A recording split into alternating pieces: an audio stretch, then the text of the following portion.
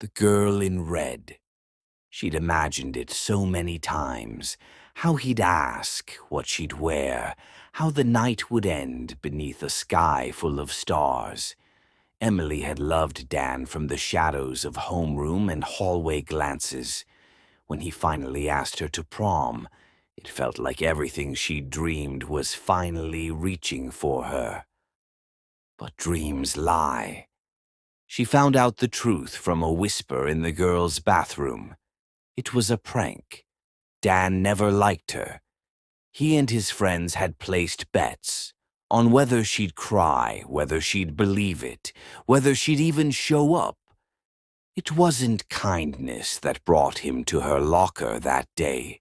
It was cruelty. Emily didn't cry. Not then. That night she left for the prom with makeup perfect and hair flawless, red gown pressed and glittering. She got in her car and drove. She wasn't going to let Dan get the best of her. The sky was already darkening as the mountains loomed ahead. Her hands trembled against the wheel. With every mile, the pain sank deeper into her chest. Betrayal curdled into rage. Rage boiled into madness. I loved him. The headlights carved through the night as tears finally blurred her vision. Her foot pressed harder on the pedal. The road ahead twisted sharply, but she didn't slow down. He laughed at me. Wind screamed past the open window. Her music blasted. A slow pop ballad warped into something hollow and mocking. The cliffs came into view, sharp, jagged, final. And for a moment she thought she saw it. A different life, a happier one.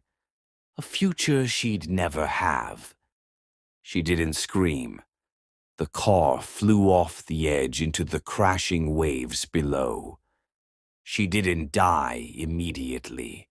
She was crushed, mangled, bleeding, her limbs twisted, her vision fading, as the cold water surged through the shattered windows.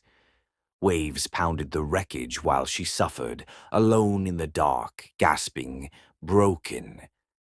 But Emily never really left. Every year, on the night of prom, a figure in a tattered red prom dress is seen walking the edge of that same cliff, her face frozen in that last moment of disbelief and rage. Some say she's still waiting for Dan to show up and make it right. Those who knew better stayed away from this stretch of road each year.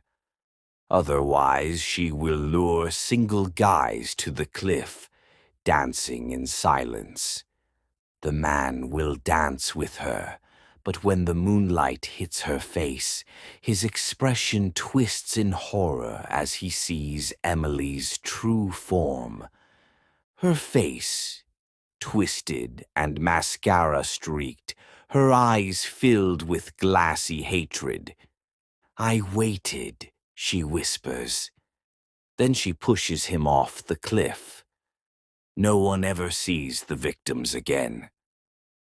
For more stories like follow or subscribe, drop a comment with your thoughts or any story suggestions you'd love to see next.